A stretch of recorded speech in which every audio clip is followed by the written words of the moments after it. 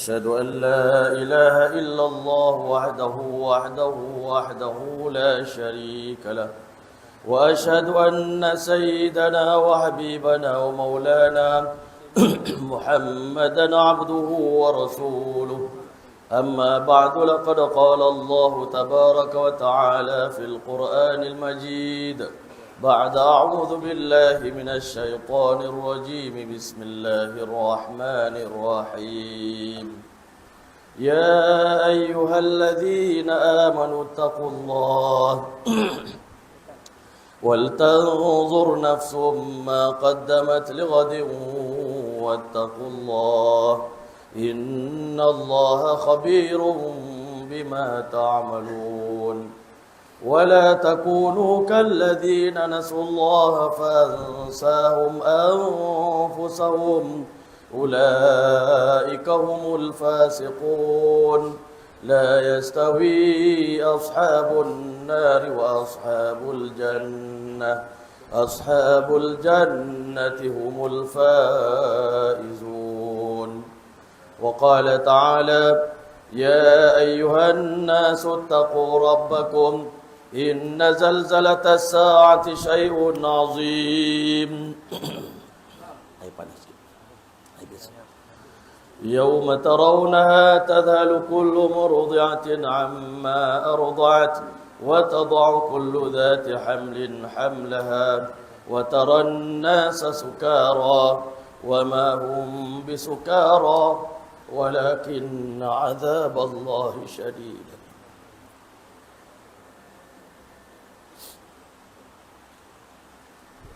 وقال النبي صلى الله عليه وسلم: الكيس من دان نفسه وعمل لما بعد الموت، والعاجز من أتبع نفسه هواها وتمنى على الله الأماني، أو كما قال عليه الصلاة والسلام. Assalamualaikum warahmatullahi ta'ala wabarakatuh. Yang saya muliakan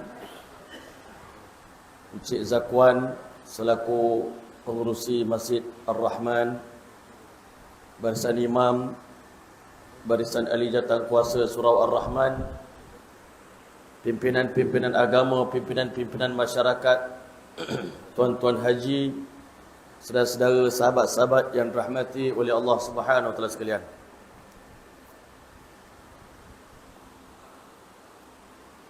Pertama dan selamanya, marilah sama-sama kita memanjatkan setinggi-tinggi sedalam-dalam puji dan syukur yang tidak terhingga kehadrat Allah Subhanahu wa taala. Sejak daripada kita belum lahir lagi ke alam dunia, Allah Subhanahu wa taala tak pernah berhenti walau sesaat dan seketika untuk melimpahkan kepada kita, tiap-tiap orang di kalangan kita, dengan nikmat yang begitu banyak. Allah Ta'ala yang ciptakan kita, Allah yang lahirkan kita ke dunia, Allah yang jaga makan minum kita, Allah jaga keperluan kita, dan Allah juga sebagai tanda sayang Dia telah ciptakan syurga untuk kita semua. Kita belum lagi lahir ke dunia, Allah dah ciptakan syurga beserta dengan keindahannya. Dan Allah telah firman, a'datu li'ibadiyas salihin, aku telah mempersiapkan untuk hamba aku yang baik di dunia, yang soleh, yang taat pada perintah aku, yang ikut sunnah Nabi aku, yang mengamalkan agama aku, yang buat pengorbanan untuk agama aku, yang membantu menyebarkan agama aku untuk mereka. Mala ainun ra'at, satu kediaman, satu wilayah, satu tempat tinggal. La ainun ra'at. Buka TV. Ada bunyi. Ada bunyi.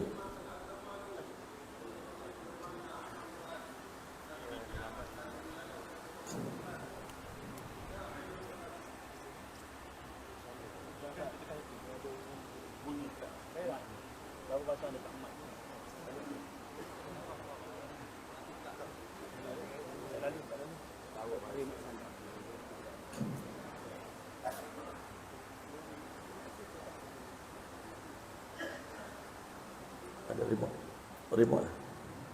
Ada telefon pasang kat mak. Aku pasang kat mak.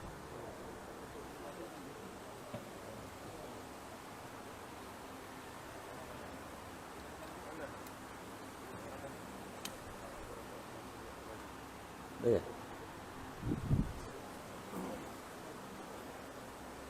A'adatul ibadiyas salihin, aku telah mempersiapkan untuk hamba-Ku yang soleh di dunia ini mala ainun ra'at, satu kediaman, satu wilayah, satu tempat tinggal yang indahnya syurga ini belum pernah ada mana-mana mata di antara mata manusia di dunia yang pernah melihat syurga Allah.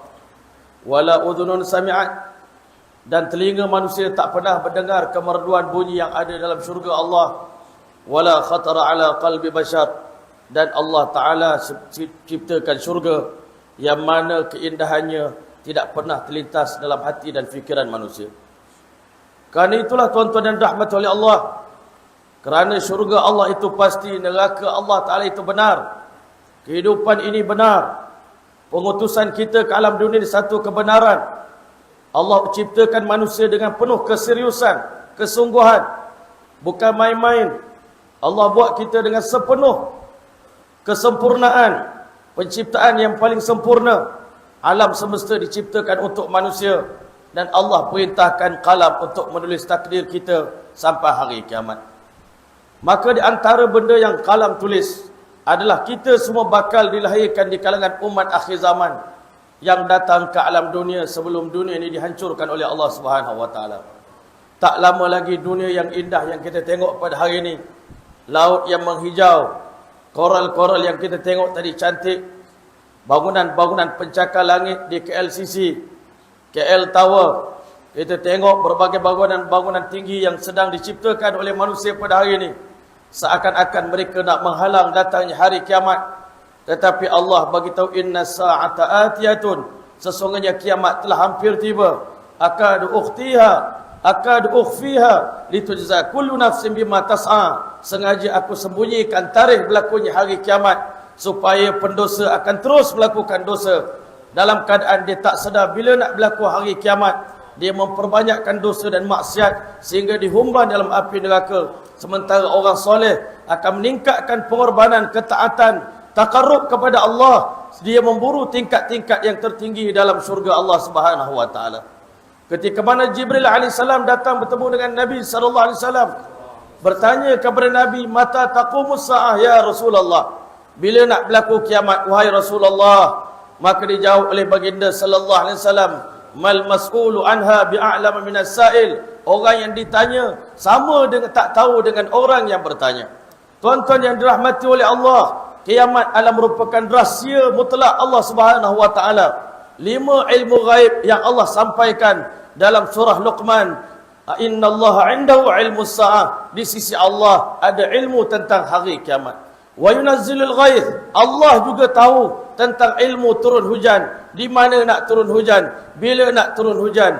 Wa ya'lamu ma fil arham, Allah tahu bayi dalam kandungan seorang ibu, bayi yang bahagia atau bayi yang celaka, anak yang malang atau anak yang bawa keuntungan pada ibu bapanya. Dan juga tuan-tuan rahmati Allah, wa ma tadri nafsun madza taksibu ghada, Allah kata tak ada siapa yang tahu apa pekerjaan yang dia nak dilakukan pada esok hari, sama ada kita nak balik atau kita tak jadi balik, semua dalam ketentuan Allah Subhanahu wa taala.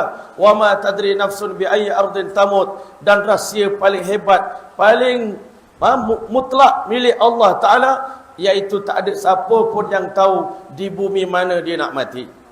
Tak ada siapa boleh tentukan di tanah mana dia nak mati, negara mana dia nak mati di rumah, nak mati di jalan raya, nak mati di udara, nak mati di laut, semuanya pasti berlaku tuan-tuan rahmatillah Allah.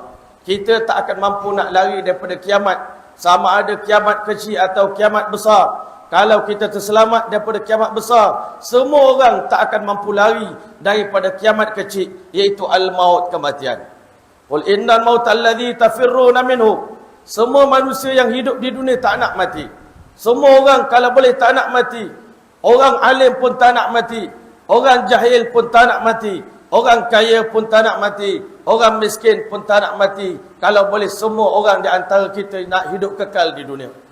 Tetapi sunnatullah tuan-tuan yang mulia, sebagaimana kita datang ke alam dunia sementara seketika, sekejap saja. Nanti di hari kiamat Allah telah akan tanya kita, berapa lama kamu hidup di dunia? Waktu itu manusia akan jawab, qalu labithna yawman aw ba'da yawm. Kami cuma datang sehari atau setengah hari saja Allah ke dunia. Tapi bodohnya kami, dalam tempoh setengah hari tadi, kalau kami korban sungguh-sungguh untuk agama, setengah hari lahir ke dunia, boleh duduk dalam syurga selama-lamanya. Tapi kalau tak betul merencana kehidupan, setengah hari datang ke dunia, tapi merana dalam neraka buat selama-lamanya. Tak akan patah balik lagi. Selangkah kita melangkah ke alam maut, selangkah kita melangkah masuk ke alam barzakh. Sampai hari ini orang yang mati sejak zaman Nabi Adam AS tak boleh keluar daripada alam barzakh, tuan-tuan yang mulia, dan tidak pernah patah balik. Satu orang pun manusia tak mampu nak balik ke alam dunia, nak beritahu kepada kita apa kenyataan hakikat yang sedang mereka lalui, Masya Allah. Sebab itu ketika mana Nabi SAW berperang dalam peperangan Badar, Nabi telah bunuh semua ketua-ketua Quraisy. Abu Jahal telah mati. Waktu itu banyak Nadar bin Haris, orang yang kuat memusuhi Islam, telah dibunuh oleh para sahabat baginda sallallahu alaihi wasallam. Nabi campak mereka dalam telaga lama, tuan-tuan, telaga buruk. Dan Nabi sallallahu alaihi wasallam telah bercakap dengan mereka, wahai musuh-musuh Allah Taala, inna wajadna ma wa'adana rabbuna haqqan. Kami dapati apa yang Allah janji pada kami, pada orang beriman. Wa kana haqqan alaina nasrul mu'minin. Menjadi tanggungjawab kami berjanji akan membantu membela orang yang beriman pada kami. Dan hari ini kami telah beriman dan kami telah berjaya mencapai kemenangan dalam peperangan Badar. Fahal wajatum ma wa'ada rabbukum haqqa. Setelah kamu mati, adakah kamu dapati segala janji Allah tentang azab kubur itu benar? Maka Sayyidina Umar radhiyallahu anhu datang jumpa Nabi sallallahu alaihi wasallam, ya Rasulullah, Tuan bercakap dengan orang dah mati, apa guna lagi? Abu Jahal tak mampu mendengar. Kata Nabi sallallahu alaihi wasallam, sesungguhnya orang dalam kubur lebih mendengar nasihat daripada orang yang sedang hidup ini. Orang dah mati lebih faham. Sayyidina Ali bin Abi Talib ajak Sayyidina Kumail radhiyallahu ta'ala anhu pergi ke kubur. Wahai Kumail, beritahu pada aku, andai orang dah mati ni, satu masa dulu orang yang mati ni adalah semuanya orang yang pernah hidup di dunia, pernah jadi orang kaya di dunia, pernah jadi orang hebat yang ada pangkat tinggi di dunia. Hari ini semua mereka telah menjadi ashabul kubur. Beritahu pada aku, andai kata mereka boleh hidup balik, mereka boleh bercakap dengan kita, apa yang mereka beritahu kepada kita? Maka kata Kumail, Allah Rasuluhu a'lam. Saya tak tahu, wahai Sayyidina Ali bin Abi Talib. Sayyidina Ali jawab, andai kata mereka boleh jawab kita punya pertanyaan, mereka akan beritahu, wahai sahabatku, khabar kami di sini, sesungguhnya kami sedang menghadapi alam yang sangat dahsyat, alam yang sangat menakutkan, alam yang sangat ngeri, tuan-tuan yang mulia. Dan diberitahu khabar kami, isteri-isteri kami yang kami tinggal telah pun berkahwin lain. Harta-harta kami telah menjadi harta pusaka dan dibagi-bagikan kepada ahli waris kami. Tak ada satu pun benda yang kami usahakan di dunia kami bawa balik ke alam akhirat. Namun andai kata kami boleh berkongsi dengan kamu, tidak ada bekalan yang paling baik untuk kita bawa balik bertemu dengan Allah, melainkan takwa kepada Allah Subhanahu wa taala. Dan Sayyidina Ali bagi tahu, sesungguhnya bagi orang yang telah mati, 2 rakaat sembahyang sunat nilainya lebih berharga daripada seluruh dunia dan sisi-sisinya. Hari ini kita tak faham lagi, tuan-tuan. Tak faham kenapa kena sembahyang sunat 2 rakaat sebelum subuh. Nabi kata rakaatain qabla al-fajr khairum mimma tala'at alaihi syams. 2 rakaat sembahyang sunat sebelum subuh lebih bernilai daripada seluruh makhluk yang disentuh oleh cahaya matahari, iaitu dunia dan sisi-sisinya, tuan-tuan. Nilai satu subhanallah sekarang tak nampak lagi. Nilai satu ayat Quran tak nampak. Nilai anak belajar hafiz Quran tak nampak. Nilai keluar ke jalan Allah kita tak nampak. Yakinlah orang dalam kubur hari-hari merayu nak balik, ya Allah, Rabbirji'un, Rabbirji'un, Rabbirji'un la'alli a'mal salihan fima taraktu. Ya Allah, kami nak balik, ya Allah, tolong kami nak balik, ya Allah. Tak dapat setahun, tolong ya Allah, kami nak balik ke dunia sebulan. Tak dapat sebulan, tolong seminggu ya Allah. Tak dapat seminggu satu hari ya Allah. Tak dapat satu hari satu jam ya Allah. Tak dapat satu jam, tolong ya Allah. 1 minit ya Allah. Tak dapat 1 minit, tolonglah balikkan kami ke dunia 1 saat. Kami nak ucap subhanallah, lepas tu ambillah nyawa kami ya Allah. Bagi orang yang dah mati tuan-tuan, mereka menyesal di atas setiap saat yang mereka lalui, tanpa mereka isi dengan zikrullah, tanpa mereka isi dengan dakwah, tanpa mereka isi dengan ta'lim wa ta'lum, tanpa diisi dengan ibadat, tanpa diisi dengan khidmat. Tetapi hari ini tuan-tuan, bukan kata orang kafir, orang Islam sendiri lupa persiapan untuk balik ke alam akhirat. Yang lupa itu saya lah tuan-tuan. Kita semua dalam ini masih lagi dianggap lupa. Sayyidina Ali bin Abi Talib kata, "An-nas kulluhum niyam." Manusia yang hidup di dunia semuanya sedang tidur nyenyak. Naik kereta seakan-akan kita tak mati. Naik helikopter, macam-macam kita ambil, macam-macam benda kita makan. Tak pernah risau tentang kematian. Sedangkan Nabi SAW, walaupun Nabi telah dakwah sempurna di siang hari, malam hari semayang sampai bengkak kaki, Nabi SAW selalu pergi ke kubur untuk ingatkan diri Nabi SAW, satu hari nanti kamu pun akan menjadi penghuni kubur satu hari nanti. Kamu juga akan menjadi salah seorang di antara penghuni alam barzakh. Dan tuan-tuan yang dirahmati oleh Allah sekalian, Nabi SAW beritahu, "Wallahi, demi Allah, inni a'lamu ma la ta'lamun." Aku tahu benda yang kamu tak tahu, wahai umatku. Wa asma'u ma la tasma'un. Hari-hari aku dengar suara yang kamu tak pernah dengar. Nabi dengar raungan penghuni dalam kubur minta nak balik pada Allah Ta'ala. Rabbana absarna wa sami'na farji'na na'mal salihan inna muqinun ya Allah. Habis suara menangis, habis air mata keluar, minta nak balik pada Allah Ta'ala. Bising alam barzakh, semua orang minta nak balik. Jangan kata orang deraka, orang soleh pun minta nak balik ke dunia tuan-tuan. Lau anna lana karratan, kalaulah kami dapat peluang sekali lagi. Tapi Allah kata tak boleh balik. Sebab aku tahu perangai manusia. Time tengah susah macam ni memanglah dia serit. Duduk atas kapal terbang, bila kapal terbang bergoyang, waktu itu insya-Allah bertaubat, turun ke dunia, tak nak tinggal semayang, nak bayar hutang sana sini, macam-macam otak kita berfikir. Naik kapal tergoyang-goyang tuan-tuan dengan ombak, waktu itu kita hampir-hampir karam, waktu itu macam-macam doa kita baca, dan kita berjanji pada Allah dengan macam-macam janji. Tapi bila kaki kita mendarat ke dunia, bila kaki kita selamat pijak dunia tuan-tuan, kita akan sambung dosa maksiat kita sekali lagi. Kita hanya sengit sekejap je. Kita hanya acah-acah macam ustaz kita sebut pagi tadi. Kita dengan Tuhan ni acah-acah je tuan-tuan. Time kita susah sekejap, kita taat pada Allah, nanti kita senang balik, kita lupa balik pada Allah. Inilah perangai kita yang Allah marah ni tuan-tuan. Kita tak ikhlas dalam mentaati Allah. Wa ara ma la tarun, dan Nabi kata, aku nampak pemandangan yang kamu semua tak tengok. Kata Nabi, ma ra'aitu manzaran qattun illa wal qabru afzau minhu. Aku tak pernah tengok demi Allah satu pemandangan melainkan kuburlah yang paling menakutkan. Kuburlah yang paling ngeri. Nabi kata, Masya Allah, tidak ada hari yang berlalu dalam hidup kamu, wahai umatku, melainkan kubur akan berbunyi tuan-tuan. Kubur bersuara mengiklankan, ana baitud dud, aku rumah yang penuh dengan ulat tuan-tuan. Penuh dengan serangga, dengan semut, dengan cacing, dengan ulat yang bersedia membaham tubuh badan kita yang kita sayang sangat ni tuan-tuan, muka kita, wajah kita ni.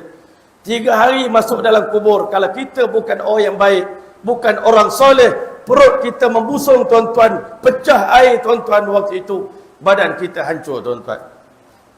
Badan kita hancur, dan orang yang deraka pada Allah tuan-tuan, Allah Ta'ala buat tak ada siapa pun rindu dan ingat lagi pada dia tuan-tuan. Lepas habis ke bumi jenazah, ada setengah orang mak ayah dia mati, anak tak rasa sedih sikit pun. Orang yang deraka pada Allah, Allah tak campak sikit pun rasa sedih di hati orang keliling dia pada hari dia mati tuan-tuan. Tetapi wallahi, orang yang dekat pada Allah, yang taat pada Allah, yang korban banyak pada Allah Ta'ala. Semalam kita jumpa tetamu kita, pelancong daripada Perancis. Dia kata, ayah saya seorang karkun dakwah, orang kuat di Perancis. Dia kata, saya tengok jemaah ni bergemam bulu rambut saya. Dia kata, teringat zaman saya kecil dulu, saya selalu keluar dengan bapak saya. Berkat dia buat usaha dakwah sungguh-sungguh, Allah ambil nyawa dia dalam sujud, dalam masjid pada hari akhir bulan Ramadan, pada hari Jumaat. Tuan-tuan, kita boleh pilih nak mati macam mana. Pilihlah nak mati macam mana. Nak mati dengan husnul khatimah ke dengan su'ul khatimah. Amalan kita sebelum mati penentu dia. Kita cakap di mulut nak mati dengan baik, nak kubur kita jadi taman surga, itu cakap kita. Tapi buat kita macam mana? Perbuatan kita, adakah kita ikhlas betul-betul membina taman surga dalam kubur kita? Kalau dah bina, cukup ke tuan-tuan? Saya kata perjalanan daripada alam kubur sampai ke pintu syurga hampir 100,000 tahun perjalanan akhirat. Satu hari di akhirat sama dengan 1000 tahun di dunia. 40,000 tahun dalam kubur, hampir 100,000 tahun di padang mahsyar. Di titian Siratal Mustaqim berpuluh-puluh tahun perjalanan nak masuk syurga, 100 tahun daripada tebing neraka Jahannam, tuan-tuan. Allah bukan buat alam akhirat main-main. Sahabat Nabi tiap-tiap hari risaukan akhirat, bimbang tentang akhirat, takut pada akhirat. Hari yang Allah kata yaumun asir, hari yang payah. Yaumun yaj'alul wildana shima. Anak kecil pun sampai di kiamat, tuan-tuan, di alam akhirat tumbuh uban di kepala, tuan-tuan. Budak kecil pun tumbuh uban. Kenapa? Dahsyatnya alam akhirat. Kita bangun daripada kubur, tuan-tuan, Allah Ta'ala bangkitkan kita dalam keadaan kita bangun tidur pagi-pagi. Tiap-tiap hari kita berlakon bangun di padang mahsyar. Kita tak sedar. Kita tidur, kita berlakon mati. Itulah simbolik daripada kematian. Bangun daripada kubur, kita kesat-kesat mata kita menguap, tuan-tuan. Waktu itu Allah cerita dalam surah Yasin, sebahagian manusia mengatakan, ya wailana, celaka sungguh, bengang sungguh aku. Man ba'athana min marqadina, siapa ganggu tidur kami ni? Waktu itu Allah hantar 70,000 malaikat di sekeliling kita. Malaikat tanya, tuan tahu tak ini hari apa ni? Alam apa ni? Kita ingat alam kubur dah selamat dah. Sayyidina Uthman bin Affan radhiyallahu anhu tiap-tiap kali datang kubur dia akan menangis sampai basah janggut dia, tuan-tuan. Orang yang sangat takut pada alam akhirat. Menantu Rasulullah sallallahu alaihi wasallam. Tiap-tiap kali kita pergi ziarah, tuan-tuan, kuburan Baqi', kita pasti akan lama duduk di kubur Sayyidina Uthman bin Affan radhiyallahu anhu. Tak tahu apa kebaikan Sayyidina Uthman. Tuan-tuan, kalau kita pergi jalan mana-mana kubur, tak ada duduk 2-3 minit, askar Arab pasti akan halau kita. Tapi kenapa di kubur Sayyidina Uthman bin Affan radhiyallahu anhu, askar tak pernah marah, tak pernah larang kita nak berdoa, kita nak buat apa pun dekat makam Sayyidina Uthman. Orang yang paling malu dengan Allah, insan yang Allah dan Rasul pun malu pada dia, insan yang telah banyak baca Quran dalam hidup dia, dia mati pada hari dia sedang berpuasa, darah menyembah di atas Quran yang dia sedang baca. Tuan-tuan yang mulia, Allah muliakan Sayyidina Uthman. Tiap-tiap kali sebelum dia mati, dia ziarah kubur, tuan-tuan, dia akan menangis sampai basah janggut dia. Sahabat Nabi hairan dengar cerita neraka akhirat. Sayyidina Uthman tak menangis, tapi bila ziarah kubur Sayyidina Uthman menangis. Sayyidina Uthman jawab, innal qabra awwala manzilatin min manazil akhirah. Sesungguhnya kubur adalah destinasi pertama, stesen pertama yang kita singgah dalam perjalanan kita menuju ke alam akhirat. Siapa yang selamat di alam kubur, siapa yang kuburnya Allah tukar jadi taman syurga, satu orang yang berjaya jawab soalan Munkar dan Nakir, datang satu suara daripada langit, Allah mengatakan, sadaqa abdi, hamba aku yang jawab ini, percakapan dia dengan amalan dia di dunia sama, kata Allah Ta'ala. Sebagai balasan daripada kejujuran dia, kebenaran dia, keimanan dia, pengorbanan dia, wahai malaikat aku, ifsahu lahu, luaskan kubur dia seluas saujan yang mata memandang. Afrishu lahu bi firashin minal jannah, hamparkan seluruh permaidani daripada permaidani syurga dalam kubur dia. Datangkan kursi sofa yang indah, yang empuk daripada syurga. Datangkan buah-buahan syurga. Dan malaikat akan beritahu 6 salihan, tuan tidur sekejap, berehat sekejap. Tuan dah banyak penat korban untuk agama di dunia. Sebab itu ulama kita beritahu, kita korban sungguh-sungguh di dunia supaya kita dapat sarapan pagi, berehat seketika dalam kubur, dan kita akan singgah di padang mahsyar sekadar 2 rakaat sembahyang, dan kita akan masuk syurga buat selama-lamanya. Tuan-tuan yang mulia, hari ini kita tak faham kenapa Nabi risau sangat tentang kita semua, tuan-tuan. Nabi tak risau pun kita nak makan apa hari ini. Nabi tak risau pun dari akhir zaman ni kita pakai apa. Wallahi lal faqru akhsha alaikum. Aku tak takut sikit pun umat aku hidup miskin. Nabi risau tentang kita di alam akhirat. Dalam kubur kita bergelumang, kita bergurau senda dengan bidadari, ataupun kita berpeluk-pelukan dengan ular dan kalajengking. Tuan-tuan yang dirahmati oleh Allah SWT, Allah Ta'ala suruh hias syurga kita menjadi taman syurga kubur kita. Iftahu lahu baban min abwabil jannah. Bukakan sebuah pintu syurga di tepi kubur kita. Rupanya kubur kita dengan syurga kita bersebelahan je, tuan-tuan. Nampak segala persiapan yang Allah Ta'ala tunjuk. Selama ini Allah Ta'ala suruh kita beribadat kepada Allah. Allah suruh kita korban. Ulama suruh kita keluar. Buat dakwah sungguh-sungguh, bermati-matian. Karte-karte marnahe, marte-marte karnahe. Buat kerja bermati-matian, buat kerja sampai mati. Macam mana Rasulullah SAW, tuan-tuan. Pada hari Nabi wafat, tuan-tuan, Siti Fatimah menangis dengan teresak-esak. Wa karba abatah, alangkah sengsaranya bapakku, ayahandaku.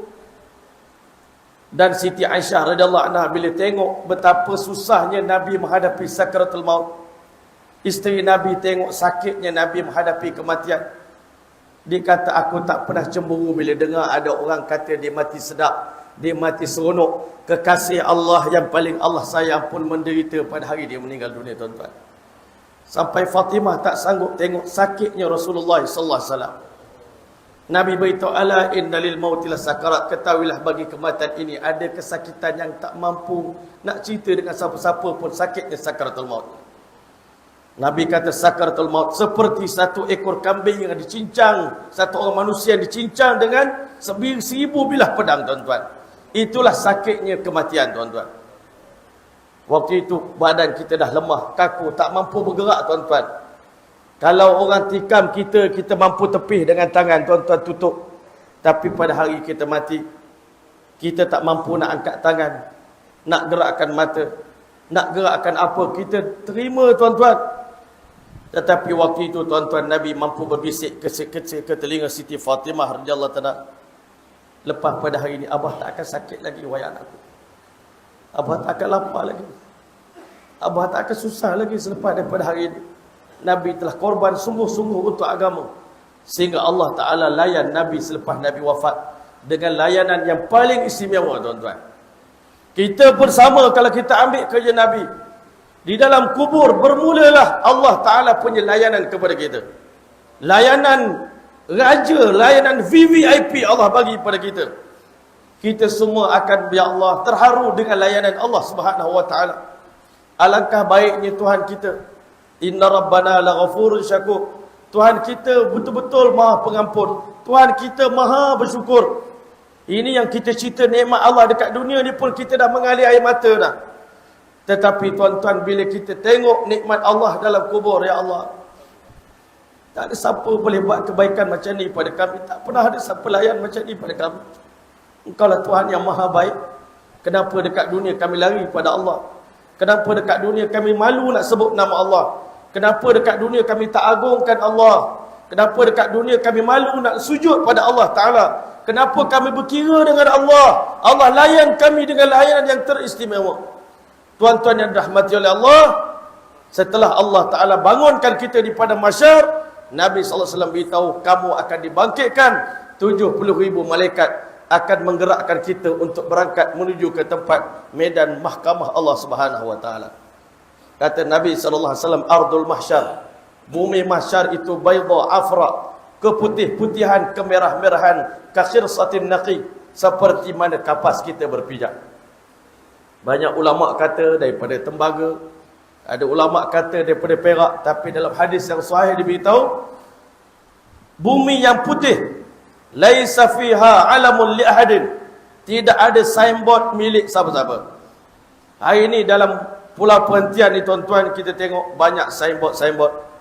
Ini cele si fulan bin si fulan, ini tanah milik kerajaan, ini bangunan TMB contohnya, ini JT siapa punya. Tetapi di padang mahsyar, seluruh bumi itu milik Allah Ta'ala. Bumi yang putih bersih, tak pernah ada satu dosa pun dilakukan di atas bumi mahsyar. Tuan-tuan yang mulia, Allah nak beritahu, hari ini Malik Yaumiddin, raja yang berkuasa cuma aku pada hari ini. Tak ada lagi kerajaan-kerajaan yang lain. Tak ada lagi raja-raja yang lain. Khafidatur rafi'ah. Boleh jadi orang yang mulia di dunia disanjung-sanjung oleh manusia, tapi tiba di alam akhirat dia jadi orang paling hina dan paling miskin, tuan-tuan. Orang yang takabur di dunia, Allah akan jadikan dia di padang mahsyar kecil macam anak semut, orang tak nampak. Orang jalan, orang pijak dia, tuan-tuan. Macam mana hari ni kita pijak semut tak nampak? Orang yang takabur, sombong kepada Allah di dunia, sombong dengan manusia di dunia, Allah jadikan dia macam semut. Orang ramai pijak-pijak dia, tuan-tuan. Kita tak tahu nasib kita di alam akhirat. Tuan-tuan yang mulia, baru ni kami pergi umrah, tuan-tuan, di akhir Ramadan, punya ramai manusia. Kita nak cari kawan kita, kalau tak ada handphone, tuan-tuan, nak cari orang hilang. Satu jemaah kita hilang masa malam tu. Nak cari macam mana orang berjuta, 7 juta orang, katanya 11 juta orang ada kat situ, tuan-tuan. Satu jemaah hilang. Saya terbayang ini di dunia nak cari orang pun susah. Tetapi bayangkan di padang mahsyar, kita dibangkitkan dengan berbeza-beza kaum, berbeza-beza bangsa. Dibangkitkan dalam keadaan innakum satatuna rabbakum yaumal qiyamati hufatan. Nabi kata kamu dibangkitkan di padang mahsyar dalam keadaan berkaki ayam, uratan, bertelanjangan, ghurlan ghaira makhtun, dalam keadaan kepala botak dan belum berkhatan. Macam hari kita lahir ke dunia sebagai seorang bayi, ada ulama kata kita datang kepada mahsyar sebagai seorang bayi, tapi 50,000 tahun duduk di sana sampai jadi tua. Tuan-tuan yang mulia, waktu itu Allah telah dekatkan matahari yang jaraknya 1,000,000 kilometer ni, Allah dekatkan 1 mile di atas kepala kita.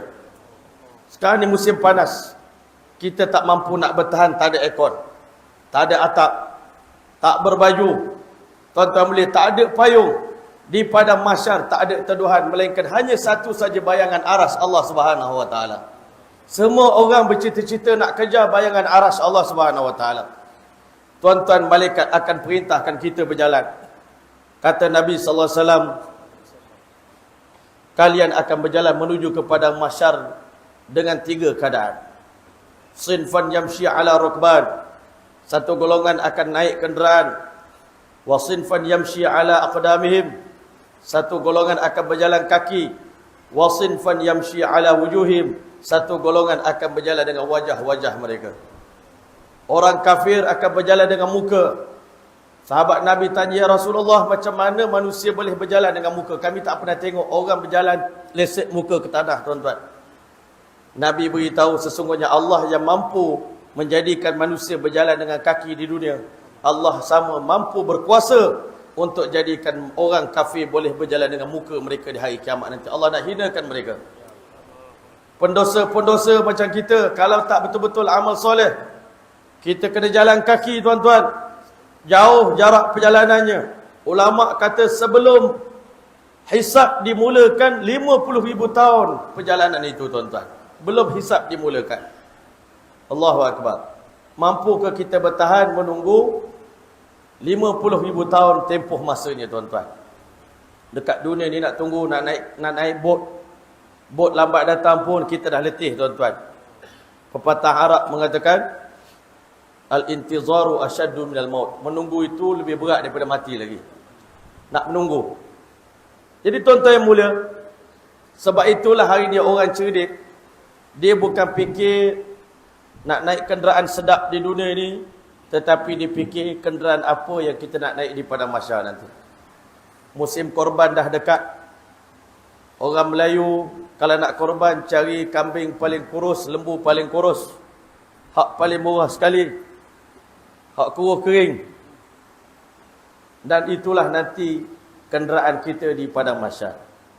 Ingatkan orang Malaysia ni masa di dunia semua naik Velfire comel-comel.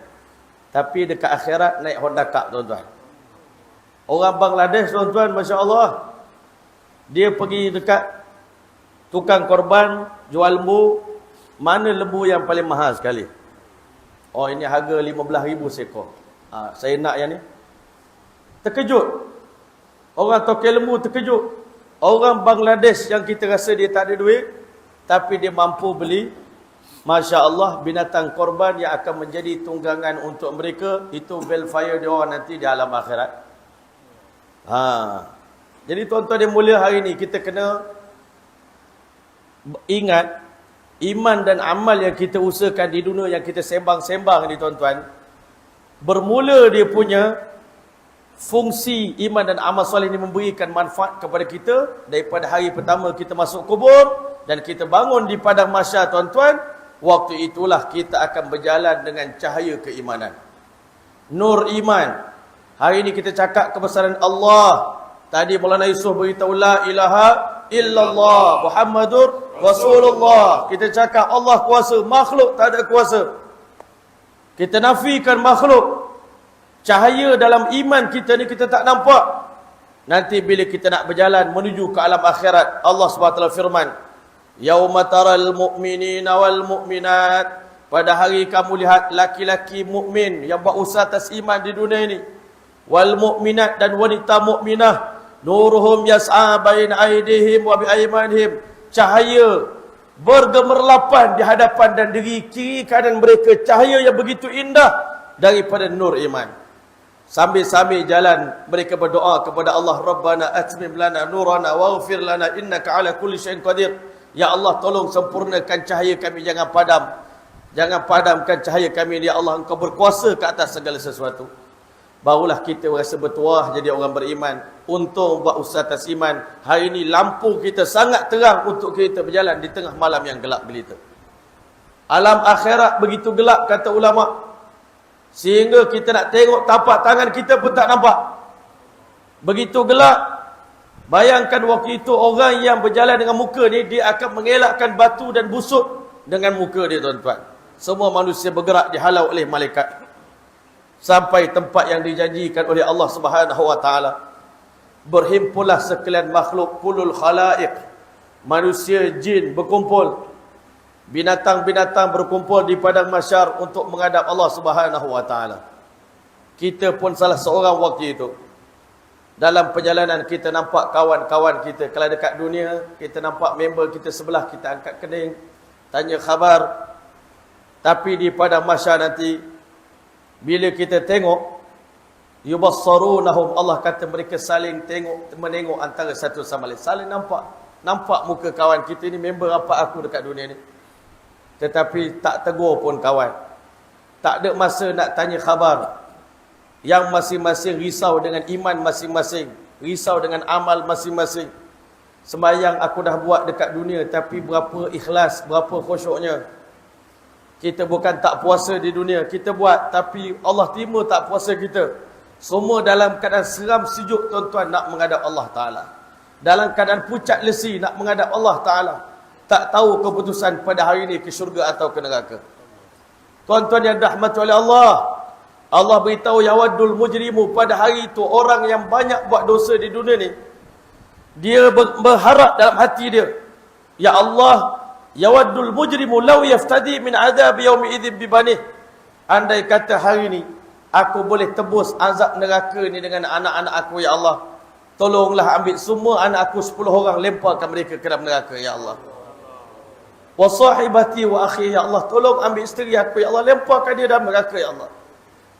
Wa fasilati allati tu'wi. Adik-beradik aku lempar dalam neraka, bahkan orang kampung aku semua lempar dalam neraka. Wa man fil ardi jami'an.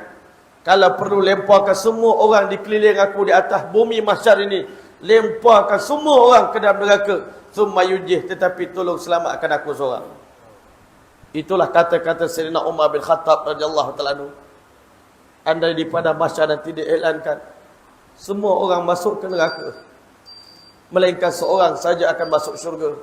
Aku berdoa dan berharap pada Allah, jadikanlah yang seorang itu Umar bin Khattab radhiyallahu anhu, wahai Allah. Walaupun Umar tak layak masuk syurga, tapi tolonglah pilih aku yang seorang, ya Allah. Tetapi dikata andai diumumkan di hari kiamat nanti, semua manusia masuk ke syurga, melainkan seorang masuk ke neraka, aku bimbang yang seorang itu adalah Umar bin Khattab radhiyallahu ta'ala anhu. Ini kebimbangan Amirul Mukminin. Orang yang pada zaman dia 2/3 dunia jatuh di bawah tapak kaki umat Islam. Dia telah banyak jasa daripada Islam. Rom dan Parsi jatuh di bawah tapak kaki umat Islam pada zaman Umar bin Khattab radhiyallahu anhu. Pada zaman itu juga mereka telah rampas kunci Baitul Maqdis, tuan-tuan. Besar pengorbanan Umar radhiyallahu anhu. Nabi beritahu, "Lau kana ba'di nabiyyan lakana Umar."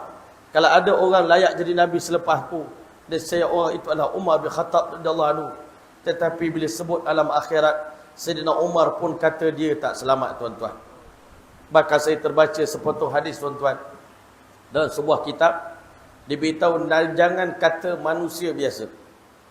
Bahkan nanti para nabi yang telah korban banyak untuk agama, Nabi Nuh AS, Nabi Ibrahim AS, Nabi Musa, Nabi Isa AS, seluruh nabi-nabi pun rasa mereka hari ini tak selamat daripada azab Allah Subhanahu wa taala. Tuan-tuan, jangan ingat alam akhirat ni benda kecil. Alam akhirat wallahi benda yang sangat besar, benda yang sangat penting dalam hidup kita. Tapi hari ini dunia telah membutakan kita. Kita lupakan hari yang semua kita akan berada di hari tersebut. Setiap orang di kalangan kita bertelanjangan menghadap Allah Subhanahu wa taala dalam keadaan sangat-sangat hina, dalam keadaan lapar, dalam keadaan miskin. Tuan-tuan yang mulia, pada hari itu Allah Ta'ala buat keputusan untuk mentajallikan zatnya. Waja'a rabbuka wal malaku saffan saffa. Allah datang dan malaikat turun daripada langit dengan bersaf-saf, membawa arasy Allah SWT turun ke bumi mahsyar.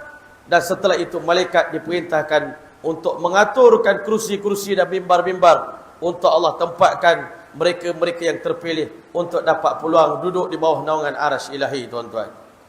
Maka di saat Allah Ta'ala bertajalli, waktu itulah seorang malaikat memerintahkan, wahai sekalian hamba-hamba Allah di padang mahsyar ini, turunlah kamu semua bersujud kepada Allah Subhanahu wa taala, Tuhan kita yang maha agung, yang maha mulia. Waktu itu Allah Subhanahu wa taala beritahu, wa asyraqatil ardu binur rabbiha. Dengan bertajalli Allah Ta'ala, seluruh padang mahsyar menjadi terang benderang dengan nurullah, dengan cahaya Allah yang begitu indah dan bergemerlapan. Waktu itu Allah Subhanahu wa taala beritahu, wa anatil wujuh lil hayyil qayyum. Seluruh wajah-wajah tersembam di hadapan Allah Ta'ala, bersujud pada Allah Subhanahu wa taala sambil mengatakan, subhanaka ma abadnaka haqqa ibadatik. Ya Allah, maha suci Engkau ya Allah, maafkan kami di dunia dulu, kami tak sujud pada Engkau dengan erti kata yang sebenarnya ya Allah. Kami tak ikhlas dalam sujud, kami tak khusyuk dalam sujud, tak sempurna sujud kami ya Allah. Subhanaka ma syakarnaka haqqa syukrika ya Allah. Ya Allah, kami tak bersyukur di dunia dulu dengan kesyukuran yang sebenar-benarnya ya Allah. Kami ingat Allah itu kecil, kami ingat Allah itu lekeh, kami ingat Allah itu hina. Minta maaf cakap, saya selalu beritahu, hari ini kita buat Allah macam pengemis, tuan-tuan. Allah kena minta masa daripada kita. Allah yang kena merayu minta kita sembah dia. Padahal Allah maha agung, Allah maha mulia. Allah sikit pun tak perlukan kita. Kita yang perlukan Allah. Tapi kenapa kita buat Allah macam pengemis, tuan-tuan? Sebab iman kita tak kenal Allah. Tapi bila tengok Allah menggigil nanti di hari kiamat, bersujud dalam keadaan terketar-ketar, pucat, bersujud pada Allah Ta'ala. Malaikat pun cakap yang sama, manusia pun cakap yang sama, jin pun cakap yang sama, nabi-nabi pun cakap kami masih lagi main-main dalam ibadat kepada Allah di dunia dulu. Tak sembah Allah betul-betul. Subhanaka ma'a'la sya'nuka ya Allah. Maha tinggi kedudukanmu ya Allah. Tapi dalam pada itu Allah ceritakan dalam Al-Quranul Karim. Di saat semua manusia sedang bersujud pada Allah Ta'ala. Waktu itu Allah Ta'ala haramkan satu golongan. Dia cuba nak sujud tetapi Allah Ta'ala keraskan tulang belakang dia kaku. Dia tak boleh nak turun. Waktu itu Allah beritahu khasyi'atan absarum tarhaqum dhillah. Mata mereka tertunduk malu dan mereka diselubungi dengan rasa paling hina ya Allah. Dalam ramai-ramai manusia yang berada di padang mahsyar, kamilah manusia paling hina dan paling malang pada hari ini. Ketika mana seluruh hamba bersujud kepada-Mu ya Allah, apa dosa kami, apa salah kami menyebabkan Engkau haram kami, mengharamkan kami, dahi kami tak boleh bersujud kepada-Mu ya Allah pada hari ini. Allah beritahu satu kesalahan kamu di dunia dulu. Wa qad kanu yud'auna ila sujud wa hum salimun. Kami jemput kamu datang ke masjid sembahyang sembah kami. Tapi kamu sombong. Kamu tak nak datang ke masjid. Kamu tak nak sujud pada kami di dunia. Tak apa. Hari ini kami malukan kamu di depan seluruh makhluk. Di hadapan semua nabi-nabi. Ini golongan yang diharamkan oleh Allah untuk bersujud kepada Allah di padang mahsyar. Nak ke jadi golongan itu tuan-tuan? Tuan-tuan nak ke? Tinggalkan solat. Jangan sembahyang dengan berjemaah. Maka di hari kiamat Allah malukan kita. Allah hinakan kita. Tak payah iklan lagi ahli neraka. Waktu itu pun orang ni dah tahu ke mana tempat kami akan pergi selepas daripada hari ini. Tuan-tuan yang dirahmati oleh Allah, akhirnya Allah telah susunkan kursi-kursi dan meja, sofa-sofa yang indah, mimbar-mimbar daripada mutiara. Allah telah perintahkan para malaikat. Sekarang dengan segala hormatnya kami mempersilakan insan yang paling mulia, yang paling istimewa di sisi Allah Ta'ala, Muhammad sallallahu alaihi wasallam. Ambillah tempat duduk yang pertama yang paling dekat dengan arasy Allah Subhanahu wa taala. Sebab itu kita kena doa untuk Nabi sallallahu alaihi wasallam. Allahumma anzilhul maq'adal muqarraba 'indaka yaumil qiyamah. Ya Allah, letakkan Nabi kami pada kedudukan paling dekat dengan arasy-Mu nanti di hari kiamat. Maka tuan-tuan mulia, selepas Nabi Muhammad SAW duduk dengan penuh kemuliaan, Allah jemput Nabi Allah Ibrahim AS, ambil tempat duduk bersebelahan dengan Nabi SAW di sebelah kanan tuan-tuan. Maka kata Nabi SAW, aku jumpa Nabi Ibrahim, aku tengok dia memakai persalinan yang sangat istimewa. Ketika mana semua orang lain sedang bertelanjangan, Nabi Ibrahim AS diberikan persalinan yang sangat mewah oleh Allah Ta'ala. Kerana dia adalah insan yang telah ditelanjangkan oleh Namrud di dunia ini. Ketika mana menjalankan dakwah, dia pernah dipermalukan, dicampak dalam api dalam keadaan telanjang. Di hari kiamat nanti, kata Nabi, Allah berikan dia orang yang pertama mendapat pakaian ketika mana semua insan lain sedang bertelanjangan. Tuan-tuan dan rahmati Allah, semua Nabi-Nabi Ulul Azmi dah ambil tempat. Jemput 124,000 Nabi dan Rasul ambil tempat. Setelah itu ambil para syuhada. Aina syuhada? Di manakah orang mati syahid? Ambil tempat duduk kamu di belakang para Nabi alaihi wassalatu wassalam. Di manakah a'immah, para imam, para alim ulama? Ambil tempat duduk kamu para ulama di belakang para syuhada. Ainal muadzinun? Di manakah para muazzin yang melaungkan azan di dunia dahulu? Ambil tempat kamu di belakang para alim ulama ini. Dan setelah itu Allah jemput 7 golongan, sab'atun yuzilluhumullahu fi zilhi yauma la zilla illa zilluh. 7 golongan akan dapat peluang duduk di bawah naungan arsy Allah Ta'ala pada hari di mana tidak ada bayangan Tuhan melainkan bayangan arsy Allah Subhanahu wa Ta'ala. Imam yang adil dan satu orang pemuda yang membesar dalam keadaan taat kepada Allah. Dia tahan nafsu dia untuk buat dosa dan maksiat. Dia tahan nafsu dia ketika mana kawan-kawan lain sedang enjoy. Dia taat perintah Allah. Maka pemuda seperti ini akan dipilih oleh Allah duduk di bawah naungan arsy Allah Subhanahu wa Ta'ala.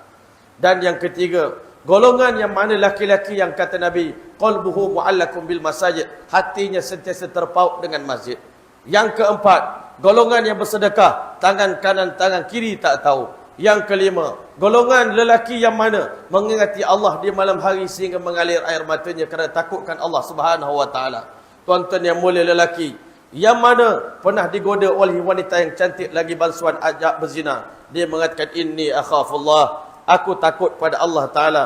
Dan saya mengharapkan, ulama kata, daripada 7 hadis ini, hampir kesemuanya ada di dalam program yang kita buat pada hari ini, tuan-tuan, Masya Allah. Antara yang paling hebat sekali adalah lelaki yang rajulani tahabbani fillah, lelaki yang berkasih sayang di dunia semata-mata kerana Allah Subhanahu wa taala. Mereka bertemu kerana Allah dan mereka berpisah pun kerana Allah. Mereka adalah Allah Taala akan panggil ainal mutahabbuna li jalali, di manakah insan-insan yang di dunia dahulu mereka berkenal-kenalan, berkasih sayang, ikram antara satu sama lain semata-mata kerana aku. Kemari kamu semua, pada hari ini aku letakkan kamu di bawah naungan arasku. Ambil tempat duduk kamu masing-masing. Di manakah penghafal Quran di dunia dahulu? Ambil tempat duduk kamu bersebelahan dengan malaikat kiramin bararah. Semua orang dah ambil tempat, tuan-tuan. Tetapi pendosa-pendosa, orang kafir yang mana di dunia dahulu mereka lupakan Allah, Allah Ta'ala pun lupakan mereka.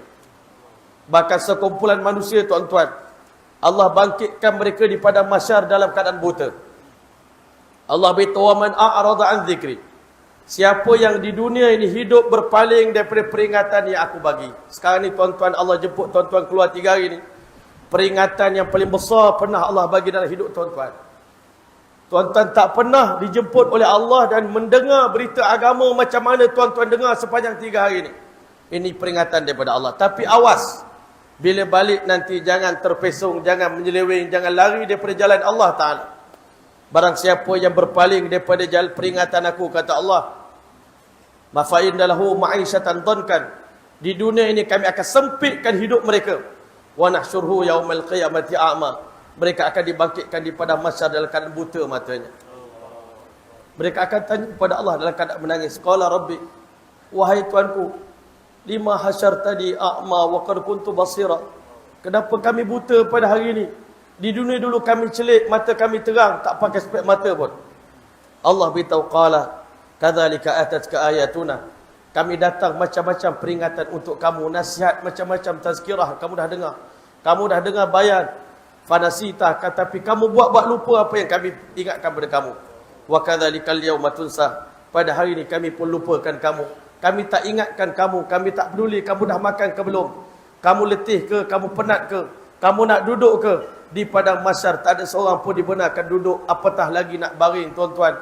Semua kena berdiri depan Allah Subhanahu wa taala. Di saat itulah, tuan-tuan, sekumpulan manusia bagi cadangan. Kita nak tunggu Allah mulakan hisab. Kita dah tunggu ribuan tahun di sini. Jomlah kita menghadap Allah Ta'ala. Tetapi siapa nak pergi jumpa Allah? Siapa yang berani?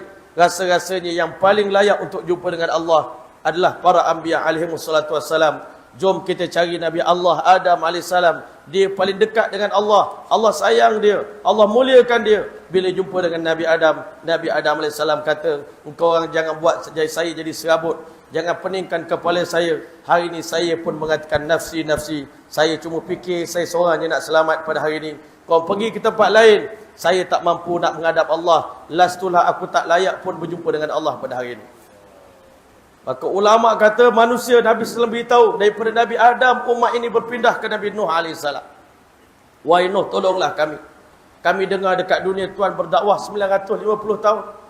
Tuhan buat banyak pengorbanan untuk agama. Pada pandangan kami, Tuhanlah orang paling dekat dengan Allah. Tuhanlah orang paling layak nak bercakap dengan Allah, nak beritahu Allah. Sepatah je perkataan, satu je mesej. Ya Allah, boleh tak nak mulakan hisab sekarang ni? Tak ada siapa berani nak perintah Allah, nak beritahu pada Allah, mulakanlah hisab. Kami semua hamba dah tak daya dah nak berdiri kat sini. Tuan-tuan, Nabi Nuh AS pun jawab, lastulah, minta maaf, saya pun tak layak jumpa dengan Allah. Pada hari ini saya tak berani menghadap Allah. Saya pernah melakukan kesalahan yang besar di dunia dahulu. Saya doa kepada Allah, umat saya juta-juta tenggelam dalam banjir. Habis itu kalau Tuhan tak layak, tolong beritahu kami. Tolonglah bagi cadangan siapa yang layak jumpa dengan Allah. Nabi Nuh kata paling layak pada pandangan saya Ibrahim AS. Nabi Ibrahim paling dekat dengan Allah. Allah puji Nabi Ibrahim dalam Quran banyak tempat. Bila jumpa dengan Nabi Ibrahim pun kata, demi Allah, saya pun tak berani jumpa dengan Allah. Saya pun nafsi, tuan-tuan tolong jangan ganggu saya hari ini. Tuan-tuan pergi jauh daripada mata saya tak nak tengok muka tuan-tuan. Tuan-tuan pergi cari Nabi lain. Jumpa dengan Nabi Musa AS. Nabi Musa AS kata, aku pun pernah lempang orang Kipti dekat dunia dulu, dia mati. Hari ini aku tak tahu kesalahan aku dimaafkan oleh Allah ataupun tidak. Tuan-tuan yang mulia, pergi cari Nabi Isa AS. Jumpa Nabi Isa AS pun kata, nafsi, nafsi. Aku pun tak berani menghadap Allah. tuan-tuan tolong jangan ganggu saya cuma fikir diri saya seorang je pada hari ini. Maka kata waktu itu semua umat bertanya, wahai Isa, setelah engkau siapa lagi yang mampu untuk tolong kami pada hari ini? Tolong, kami dah tak daya, kami dah tak larat. Kami terlalu letih, terlalu lemas pada hari ini. Sebab apa? Tiap-tiap orang manusia akan duduk di padang mahsyar mengikut kadar dosa masing-masing, air peluhnya naik. Ikut kadar dosa masing-masing. Dah lemas duduk dalam peluh, rimas tuan-tuan. Ada orang peluh dia naik paras buku lali, ada orang peluhnya naik paras lutut, ada orang peluhnya naik paras pusat, ada orang peluhnya paras telinga, ada orang tenggelam dalam peluh tuan-tuan. Dan peluh itu lebih panas daripada minyak yang mendidih di dunia tuan-tuan. Siapa mampu nak duduk dalam keadaan itu 50,000 tahun tuan-tuan? Anak kita nak duduk dalam keadaan itu, isteri kita nak duduk dalam keadaan begitu, mak kita, ayah kita, adik-beradik kita, jiran kita, orang kampung kita. Sebab itulah inilah yang Nabi sedihkan. Inilah yang Nabi bimbangkan. Nabi tak nak umat dia susah walau sedikit pun di alam akhirat. Waktu itulah Nabi Isa AS bagi cadangan yang terakhir. Satu-satunya insan yang boleh tolong kita di padang mahsyar. Dan satu-satunya insan yang tak pernah mendoakan keburukan untuk umatnya di dunia. Nabi SAW beritahu, inna likulli nabiyyin da'watun mustajabatun. Semua orang nabi-nabi di dunia, Allah pernah bekalkan mereka dengan doa yang paling mustajab. Fata'ajjala kullu nabiyyin bid-du'a fid dunya. Semua nabi-nabi dah bersegera menggunakan doa itu di dunia. Ghaira annani, melainkan aku seorang saja, aku tak pernah doakan azab untuk umatku. Tetapi ikhtaba'tu da'wati syafa'atan li ummati yaumil qiyamah. Aku simpan doa ini untuk aku tolong umat aku nanti di hari kiamat. Ketika mana Allah murka dengan umat ini dengan kemurkaan yang sangat dahsyat. Tak ada manusia mampu mengangkat kepala di waktu itu. Tiba-tiba Nabi SAW bangun di tengah-tengah kita semua. Nabi mengatakan, ana laha. Aku akan tolong kamu semua. Aku akan bercakap dengan Allah. Aku akan menghadap Allah. Aku akan bersujud pada Allah. Aku akan merayu kepada Allah. Nabi bangun berjalan sampai di makam Mahmud tuan-tuan. Nabi tersungkur bersujud di hadapan Allah Ta'ala. Nabi puji Allah. Nabi kata, wahai Allah, wahai umatku, Allah Ta'ala akan mengilhamkan aku di makam Mahmud itu dengan doa dan tasbih yang tak pernah aku puji Allah dengan doa ini sewaktu aku berada di dunia. Hanya doa itu khusus untuk aku puji Allah di makam yang terpuji itu. Nabi SAW menangis merayu kepada Allah, ummati ya Allah, ummati ya Allah, ummati ya Allah. Terkasihanilah umat aku ya Allah. Tolonglah mereka ya Allah, bantulah mereka ya Allah. Segerakan hisab untuk umatku ya Allah. Tuan-tuan yang dirahmati oleh Allah Subhanahu wa taala sekalian.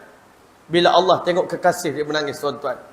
Maka di waktu itu ulama kata Allah suruh Nabi bangkit tuan-tuan. Bangun wahai kekasihku. Dah banyak air mata kamu tertumpah di atas muka bumi, di atas tikar sejadah. Sewaktu kamu hidup di dunia dahulu. Tiap-tiap malam kamu doakan untuk umatmu. Tiap-tiap malam kamu doakan keampunan untuk umatmu. Tiap-tiap malam kamu berdoa untuk umatmu. Wahai Muhammad sallallahu alaihi wasallam, di sini kami tak benarkan lagi air mata yang mulia ini tertumpah. Ya Muhammad, irfa' ra'sak, angkat kepala kamu, sal tu'ta, minta apa saja permohonan yang kamu nak minta pada hari ini wahai kekasihku.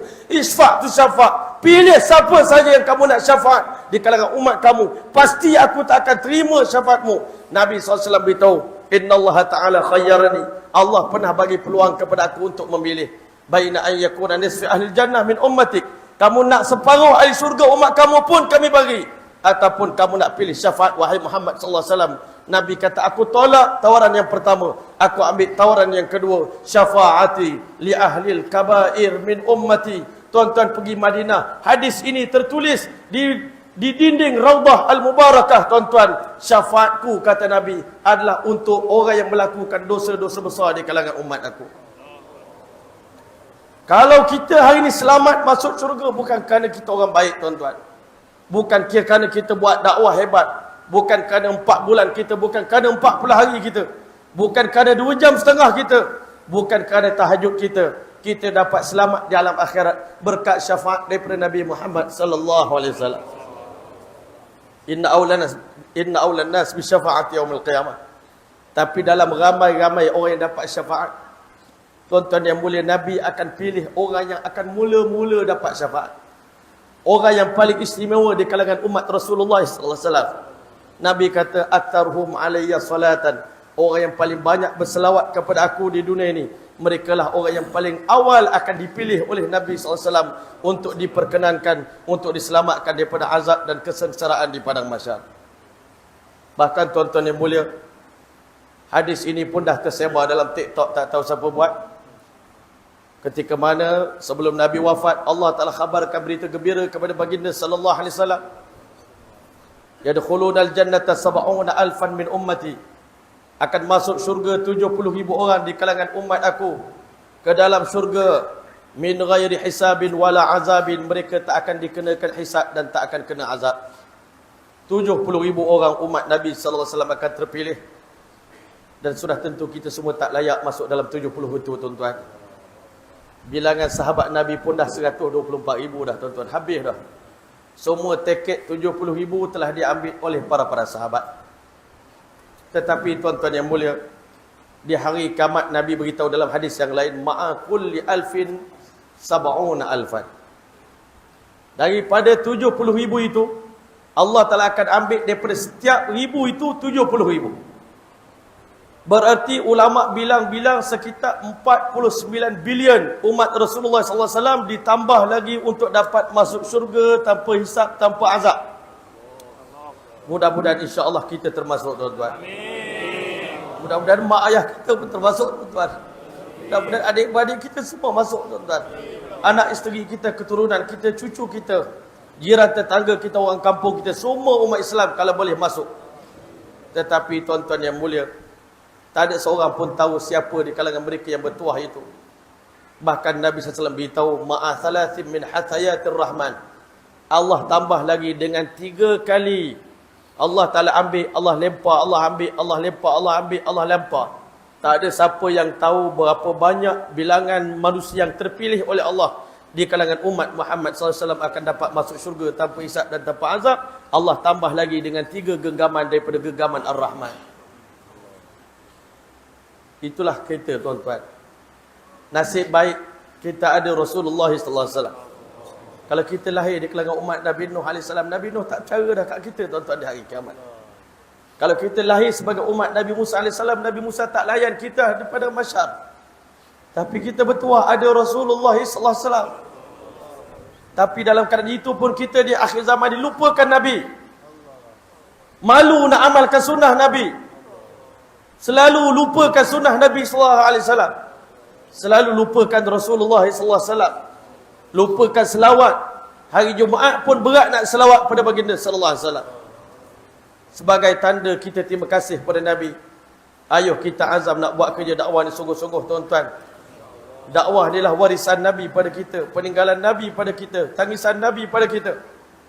Dan tuan-tuan yang mulia, setelah Nabi angkat kepala, Allah beritahu, wahai Muhammad, sekarang aku akan mulakan hisab untuk umatmu, wahai Muhammad. Tetapi kata Nabi, hisab untuk umatku pula 500 tahun lamanya, Masya Allah. Di dunia kita seronok jadi orang kaya, rasa hina jadi orang miskin. Di padang mahsyar orang miskin pula bertuah. Kerana Allah pilih orang miskin dihisab terlebih dahulu daripada orang kaya. Orang miskin akan masuk syurga 500 tahun lebih dahulu pada orang kaya. Orang miskin hisabnya cuma 40 tahun. Tetapi hisab untuk orang kaya 450 tahun lamanya. Tak tahu bila tiba giliran kita, tuan-tuan, nak dipanggil oleh malaikat. Kita bertuah lagi jadi umat yang paling awal dihisab oleh Allah Ta'ala. Kalau kita jadi umat Nabi lain, berapa juta tahun lagi kena menunggu, tuan-tuan. Tak tahulah macam mana nasibnya. Putus asa, kecewa, tapi tak boleh buat apa lagi lah. Di hari akhirat tak boleh balik, patah balik ke dunia. Semua orang menyesal bawa balik amal yang tak cukup kalam akhirat nanti. Tibalah giliran kita dijemput oleh Allah Subhanahu Wa Taala. Malaikat kata, tuan, sekarang masa awak masuk ke kandang mahkamah Allah Subhanahu Wa Taala. Waktu itu hanya Allah yang tahu betapa berdebarnya kita, tuan-tuan. Jantung kita